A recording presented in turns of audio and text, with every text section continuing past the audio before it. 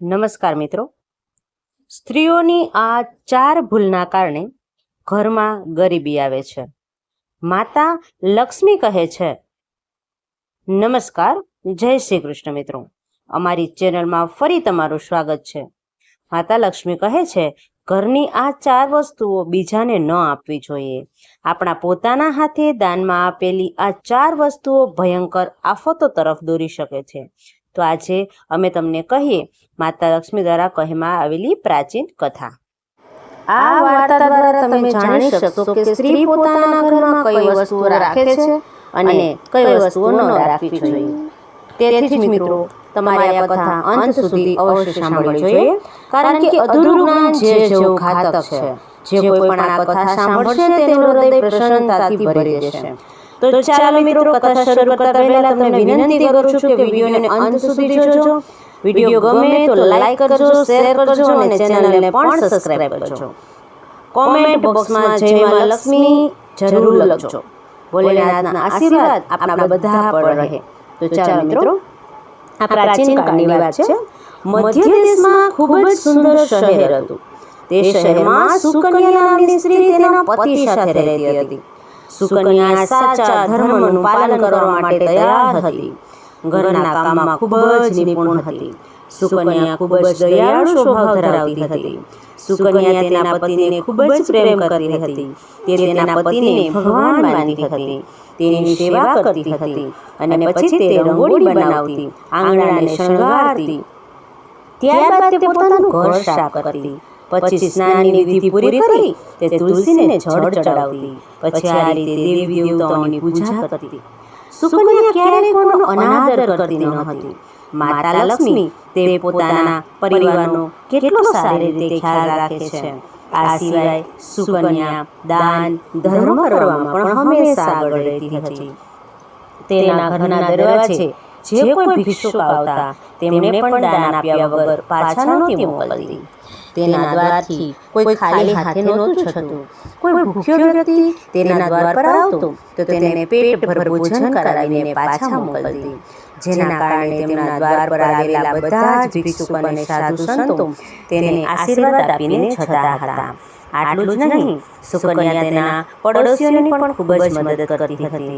તેના પડોશમાં જે કોઈ દુઃખી અને ગરીબ લોકો રહેતા હતા તે દરરોજ સુકન્યા પોતાના પડોશીઓને ભોજન આપતી હતી. જેના કારણે સુકન્યાના પડોશીઓ તેને ખૂબ જ માન આપતા હતા. તેઓ કહેતા હતા કે સુકન્યા સાક્ષાત દેવી લક્ષ્મી છે, અન્નપૂર્ણા છે. અને જ્યારે પણ લોકો સુકન્યાની પ્રશંસા કરતા ત્યારે તેઓ હંમેશા સુકન્યા વિશે સારી વાતો જ કહેતા. પરંતુ બધા લોકોની વાતો સાંભળીને સુકન્યાને ક્યારેય ઘમંડ ન આવ્યું. તે બધાની સાથે આદર અને સન્માનની વાતો કરતી. એક દિવસની વાત છે. સુકન્યાની પડોશણ તેના ઘરે આવે છે. સુકન્યા તેનું સ્વાગત કરે છે અને પ્રેમથી કહે છે, બહેન, અમારા ઘરમાં તમારું સ્વાગત છે. આજે તમારે શા કારણે મારા ઘરે આવવું પડ્યું? જો તમારે કોઈ વસ્તુ જોઈતી હોય તો મારી પાસે માંગી લો, હું તમને જરૂર આપીશ. સુકન્યાની પડોશણ કહે છે, સુકન્યા બહેન, આજે મારા ઘરે ઘણા બધા સગા સંબંધીઓ આવ્યા છે.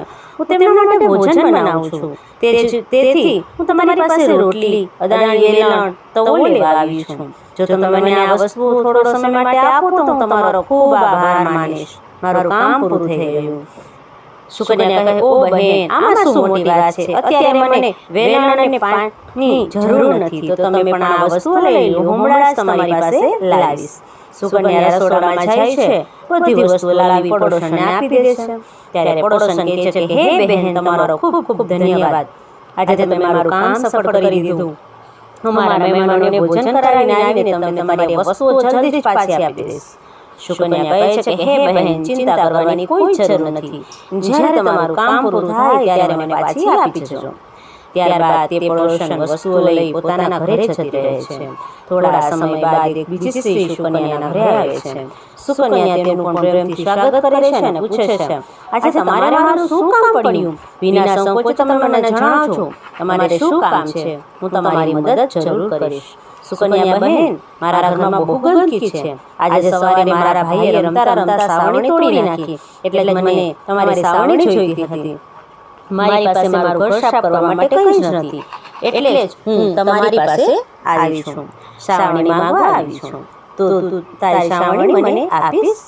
હું મારું ઘર સાફ કરી તને આપી દઈશ. કેમ કોઈ પ્રોબ્લેમ થાય હું અત્યારે તને મારી સાવણી આપી દઈશ. આટલું કહી સુકન્યા ઘરે જઈ સાવણી લઈને આવી અને તે સ્ત્રીને આપે છે. ત્યારબાદ તે સ્ત્રી સાવણી લઈ ત્યાંથી પોતાના ઘરે જતી રહે છે. ત્યારબાદ બીજી એક સ્ત્રી પણ સુકન્યાના ઘરે આવે છે. સુકન્યા તેનું પણ પ્રેમથી સ્વાગત કરે છે.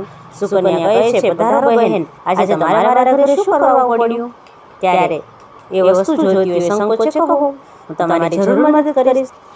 ત્યારે સુકન્યા, બહેન, તમે ખૂબ જ દયાળુ છો. મેં તમારા વિશે ઘણું બધું સાંભળ્યું છે. તમે બધાની મદદ કરતા રહો છો. આટલા માટે હું તમારી પાસે એક નાનકડી મદદ માંગવા માટે આવી છું. ત્યારે સુકન્યા કહે છે કે, હે બહેન, તમે સંકોચ ના કરો. તમારે જે કંઈ પણ વસ્તુ જોઈતી હોય તે માંગી લો. જો મારા હાથમાં હશે તો હું તમને ના નહીં પાડું. તમારી મદદ જરૂર કરીશ. ત્યારે તે સ્ત્રી કહે છે, સુકન્યા બહેન, આજે મારી દીકરીને જોવા માટે છોકરાવાળા આવી રહ્યા છે. તેથી હું ચિંતિત છું. મારી પાસે પહેરવા માટે દાગીનાનો એક ટુકડો પણ નથી. તો હું મારી દીકરીને શું આપું? તેની પાસે પહેરવા માટે સારા કપડાં પણ નથી. તેથી મહેરબાની કરીને મને તમારા કેટલાક દાગીના આપો. દાગીના અને કપડાં મને એક દિવસની જરૂર છે. જ્યારે છોકરો જો તું મારી સામે જોતો રહે તો હું તારા ઘરેણાને કપડાં પાછા મોકલી દઈશ. પડોશીની વાત સાંભળી સુકન્યાએ કહ્યું, બસ બહેન, ચિંતા ન કરો. દીકરી મારી નાની બહેન જેવી છે. તેની મદદ હું જરૂર કરીશ. હું હમણાં જ તમને મારા ઘરેણાં અને સાડી આપું છું, જેને પહેરીને તમારી પુત્રી રાજકુમારી જેવી લાગશે. ત્યારબાદ સુકન્યા અંદર જાય છે, ઘરેણાં અને સાડી લઈને આવે છે અને તેની પડોશણને આપી દે છે. તે પડોશણ પ્રસન્ન થઈ ઘરેણાં અને સાડી લઈને પોતાના ઘરે જતી રહે છે. ત્યારબાદ સાંજ પડે છે અને બીજી એક સ્ત્રી સુકન્યાના ઘરે આવે છે. સુકન્યા તેનું પણ પ્રેમથી સ્વાગત કરે છે અને કહે છે, આવો બહેન, આજે તમારે મારા ઘરે કેમ આવવું પડ્યું? મને કહો, હું તમને કઈ રીતે મદદ કરી શકું? તમને જે પણ જરૂર હોય તે મને વિના સંકોચે કહેજો. મને તમારી મદદની જરૂર પડશે. અરે સુકન્યા બહેન, તમે ખૂબ જ દયાળુ છો, બધાને મદદ કરો છો. તેથી જ હું તમારી પાસે આવી છું. અને તેને પીવડાવવા માટે દૂધ નથી. સુકન્યા કહે છે, એમાં ક્યાં મોટી વાત છે? ઉભા રહો, હું તમને હમણાં જ દૂધ લાવીને આપું છું. સુકન્યા રસોડામાં જાય છે અને થોડું દૂધ લઈને આવે છે અને તે સ્ત્રીને આપે છે. તે પડોશણ ખુશ થઈ દૂધને લઈ પોતાના ઘરે જતી રહે છે. આ રીતે સુકન્યા પોતાના બધા જ પાડોશીઓની મદદ કરતી રહે છે. પછી તે પ્રસન્ન થઈ ઘરના કામકાજમાં લાગી જાય છે. જ્યારે રાત્રિ થાય છે ત્યારે તેનો પતિ ઘરે પાછો આવે છે. સુકન્યા તેના પતિને પ્રણામ કરે છે અને તેની ખૂબ જ સેવા કરે છે. રાત્રે બંને પતિ પત્ની આનંદથી સૂઈ જાય છે. બીજા દિવસે જ્યારે સવારમાં તેઓ જાગે છે ત્યારે તેમને ખૂબ જ અશુભ સમાચાર સાંભળવા મળે છે. એક માણસ દોડતો સુકન્યા ઘરે આવે છે અને સુકન્યાના પતિને કહે છે કે, ભાઈ, ગઈકાલે રાત્રે તમારી દુકાનને કેટલાક લોકોએ લૂંટી લીધી અને બધો જ માલ સામાન ગાયબ છે. સુકન્યાનો પતિ એકદમ ગભરાઈ જાય છે અને દોડતો પોતાની દુકાન પર જાય છે અને જુએ છે કે તેની દુકાનમાંથી બધો જ માલ સામાન ચોરાઈ ગયેલો હતો. તેને જોઈને તેની દુકાનમાં મૂકેલું બધું જ ધન પણ ચોરાઈ ગયું. તે દુઃખી અને નિરાશ થઈ પોતાના ઘરે પાછો આવે છે અને સુકન્યાને બધી જ વાત જણાવે છે. જેને સાંભળી સુકન્યા ખૂબ જ દુઃખી થઈ જાય છે. ત્યારે સુકન્યા કહે છે કે, તમે ચિંતા ના કરશો, આપણા ઘરમાં હજુ ઘણું બધું ધન છે, જેના તમે ફરીથી વેપાર શરૂ કરી શકશો. જ્યારે સુકન્યા તેના પતિની તિજોરી ખોલે છે તો એ પણ ચોરાઈ ગઈ હતી. આજે સુકન્યા ખૂબ જ દુઃખી થઈ જાય છે. તે સમજી શકતી નથી કે આ કઈ રીતે થયું. તેની પાસે અને સુકન્યાને સત્ય કહેવા અથવા તો તેને અમારા ઘરની તિજોરીમાં મૂકવા માટે પૂછે છે. પૈસા ક્યાં જાય છે? સુકન્યા કહે છે, અરે સ્વામી, હું ઘરે હતી, બધા પૈસા તિજોરીમાં હતા અને મને ખબર નથી કે તે કોણે ચોર્યું છે. કૃપા કરી અમને જરૂર પડશે. સુકન્યાના પતિ કહે છે, તમે જ બધાને બોલાવો, ઘરના લોકો અને તમને ભોજન પીરસે છે. હું અજાણ્યાને મારા ઘરે બોલાવું છું. આ તેનું પરિણામ છે. તારી મૂર્ખતાના કારણે જ આજે મારા દિવસ જોવો પડ્યો છે. તું દરેક સમય ગમે તેને દાન આપતી રહે છે, તેનાથી કોઈ વ્યક્તિ આપણા ઘરનું આ બધું ધન ચોરી લીધું હશે. ક્રોધમાં આવી સુકન્યાનો પતિ તેને ખરું ખોટું સંભળાવે છે. સુકન્યાની સાસુ પણ તેના પર ગુસ્સે થાય છે અને કહે છે, તું જ હંમેશા પડોશીઓને ઘરની બધું વસ્તુઓ આપતી રહે છે, વગર વિચારે ગમે તેની મદદ કરતી રહે છે. તેમાંથી જ કોઈ આ બધી પૈસાઓ ચોરી લીધા હશે. ઘરના બધા લોકો સુકન્યાને ખરું ખોટું સંભળાવવા લાગે છે. ત્યારબાદ સુકન્યા પોતાના પતિને સાંત્વના આપતા કહે છે કે સ્વામી, મેં મારા ઘરેણાં આપણી એક પડોશીને આપ્યા છે. હું તેની પાસેથી ઘરેણાં લઈને પાછી આવું છું. ત્યારબાદ સુકન્યા તે ગરીબ પડોશીના ઘરે જાય છે. ત્યારે તે જુએ છે કે તેના ઘરે કોઈ હોતું નથી. તે સ્ત્રી પણ પોતાના ઘરને છોડી સુકન્યાના ઘરેણાં લઈને ભાગી ગઈ હતી. સુકન્યા નિરાશ થઈ પોતાના ઘરે પાછી આવે છે અને પોતાના પતિને બધી જ વાત જણાવે છે. સુકન્યાની વાત સાંભળી તેનો પતિ ગુસ્સાથી લાલચોળ થઈ જાય છે અને સુકન્યાને ખરું ખોટું સંભળાવવા લાગે છે. તો તેનો પતિ કહે છે, તારી આ મૂર્ખતાના કારણે આજે મારી આ પરિસ્થિતિ થઈ ગઈ છે. તારા કારણે જ આપણું બધું જ ધન અને વૈભવ જતું રહ્યું છે.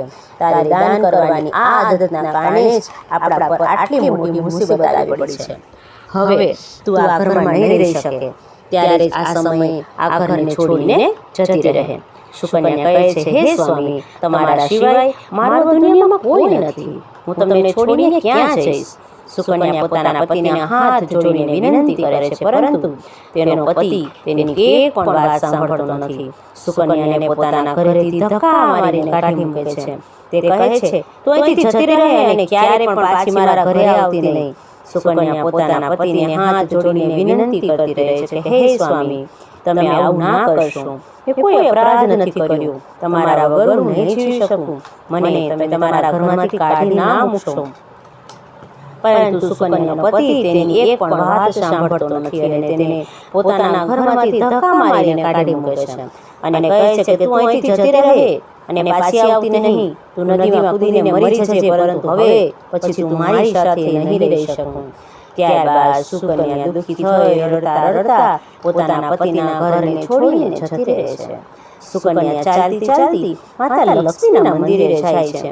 માતા લક્ષ્મીને પ્રાર્થના કરે છે કે હે માતા લક્ષ્મી, મેં એવું શું પાપ કર્યું છે જેના કારણે મારી આવી હાલત થઈ છે?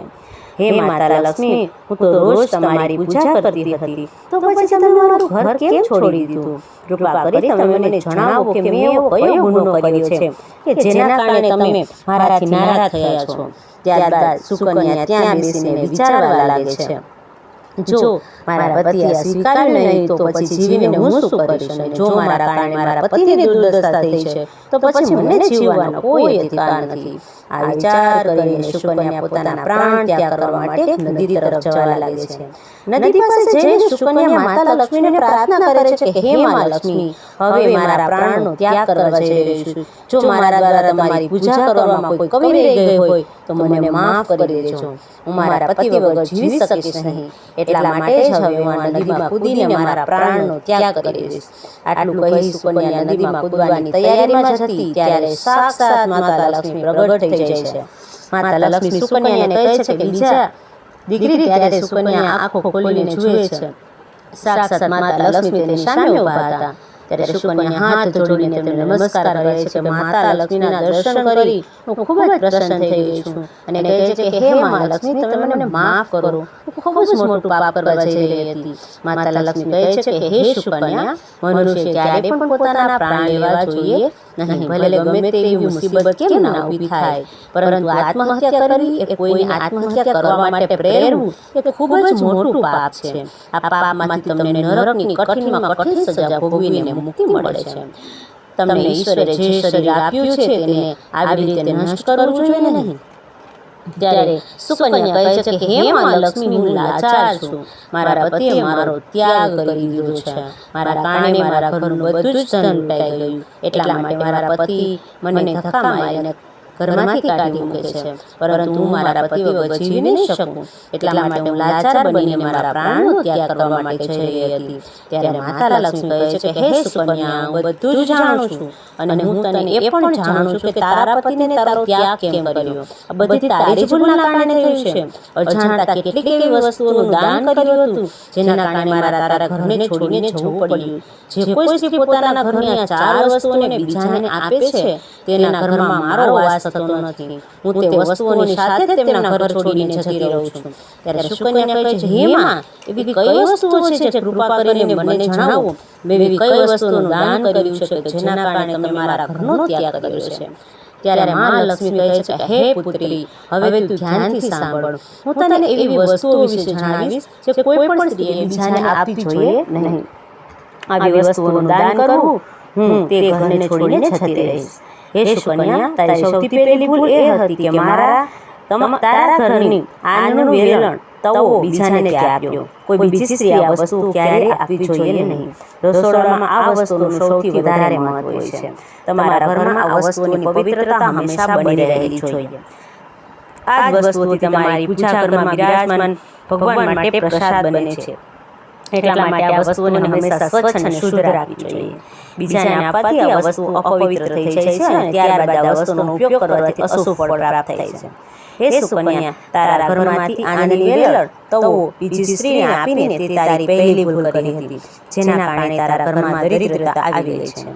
સુકન્યા, હવે તું બીજી વસ્તુ વિશે સાંભળ. તારી પડોશને તારા ઘરમાં રાખેલી સાવરણી આપી હતી, જે વસ્તુમાં મારો સદૈવ વાસ હોય છે અને જે વસ્તુ મને સૌથી વધારે પ્રિય છે તેને તે બીજાને આપી દીધી, તો પછી હું તારા ઘરમાં કેવી રીતે રહી શકીશ? જે સ્ત્રી પોતાના ઘરની સાવરણી બીજાને આપી દે છે તેના ઘરનો હું ત્યાગ કરું છું. તેના કારણે તારા પતિને દુકાન ચોરો લૂંટીને લઈ ગયા.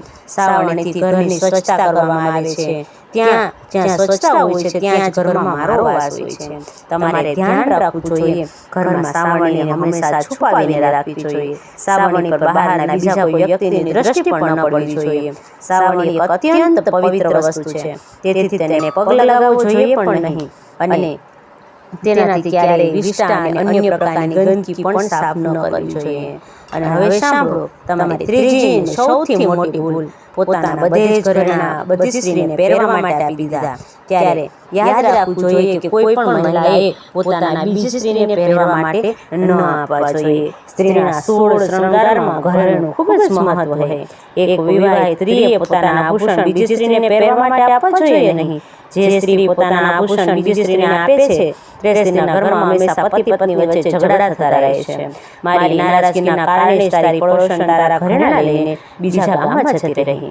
માતા લક્ષ્મી કહે છે કે હે સુકન્યા, હવે સફેદ વસ્તુઓ વિશે સાંભળ્યું છે જે સ્ત્રીએ બીજી સ્ત્રીને ક્યારેય આપવી જોઈએ નહીં. તે વસ્તુ છે સાંજે ઘરના મીઠું, લોટ, દૂધ અને દહીં બીજાને આપવું જોઈએ નહીં. આમ કરવાથી ઘરની અનાજની અછત થાય છે. આમ કરવાથી ઘરની ગરીબી દૂર થતી નથી. સુકન્યા, હવે હું તને તારી ચોથી અને અંતિમ ભૂલ વિશે જણાવીશ, અને તે છે કે દિવસે ને સાંજે દૂધનું દાન કર્યું હતું. દૂધ વેચવું એક અલગ વસ્તુ છે અને દૂધનું દાન કરવું એ પણ એક અલગ વસ્તુ છે. એટલા માટે સાંજના સમયે દૂધનું દાન કરીને તે પોતાના માથે મોટી મુસીબત ઓઢી લીધી હતી. તેના કારણે જ તારા ઘરમાં તિજોરીમાં રાખેલા ઘરેણાં અને પૈસા ચોરાઈ ગયા. મનુષ્યને યોગ્ય વસ્તુઓનું દાન કરવું પુણ્યશાળી બનાવે છે, પરંતુ કેટલીક એવી વસ્તુઓ છે જેને આપણે ભૂલથી પણ દાનમાં ન આપવી જોઈએ. આવી વસ્તુઓનું દાન કરવાથી જીવનમાં અશુભ ફળ મળે છે. આવી વસ્તુઓનું દાન કરી મારી વક્ર દ્રષ્ટિનો અનુભવ કરી લીધો છે. ત્યારબાદ સુકન્યા કહે છે કે હે મા લક્ષ્મી, મારાથી ખૂબ જ મોટી ભૂલ થઈ ગઈ. હું આ બધી વાતોની અજાણ હતી. કૃપા કરીને મને ક્ષમા કરો અને મને પ્રાયશ્ચિત કરવાનો ઉપાય જણાવો. ત્યારબાદ માતા લક્ષ્મી કહે છે કે હે સુકન્યા, તે પહેલા જ પ્રાયશ્ચિત કરી લીધું છે. જે દુઃખ તમારે સહન કરવું પડ્યું એ તમારી સજા હતી. હવે હું તમને તમારા સારા કાર્ય માટે માફ કરું છું. હવે તમે તમારા ઘરે પાછા જાઓ. હવે હું તમને તમારા સંપૂર્ણ વૈભવ અને સંપત્તિ પરત કરું છું. આ કહી માતા લક્ષ્મી તે સ્થાનથી અંદર ધ્યાન થઈ ગયા. ત્યારબાદ સુકન્યા પણ માતા લક્ષ્મીનો આભાર માને છે અને પોતાના ઘરે જવા લાગે છે. ત્યારે તે જુએ છે કે તેનો પતિ તેને શોધતો તેની પાસે આવી રહ્યો હતો. તે સુકન્યા પાસે આવી તેની માફી માંગે છે અને કહે છે કે સુકન્યા, મને માફ કરી દે, મેં તને ઘણું બધું ખરું ખોટું સંભળાવ્યું. તું તો સાક્ષાત દેવી સમાન છું. તારા માતા લક્ષ્મીના આશીર્વાદથી અમને અમારી બધી સંપત્તિ અને વૈભવ પાછા મળ્યા છે. જે લોકોએ અમારી સંપત્તિની ચોરી કરી હતી ને તે બધાએ અમારી સંપત્તિ અમને પરત આપી દીધી છે અને તમારા નામનો ઉકાર કરીને માફી માંગી છે. આ સાંભળી સુકન્યા ખૂબ જ ખુશ થઈ જાય છે અને પોતાના પતિ સાથે ઘરે પાછી જતી રહે છે.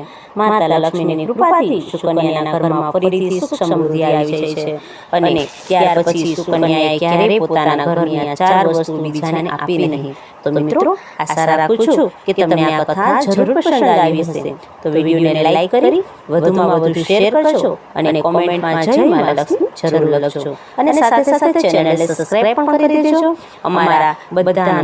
તમારા બધાનો ખૂબ ખૂબ આભાર. સૌને મારા જય શ્રી કૃષ્ણ.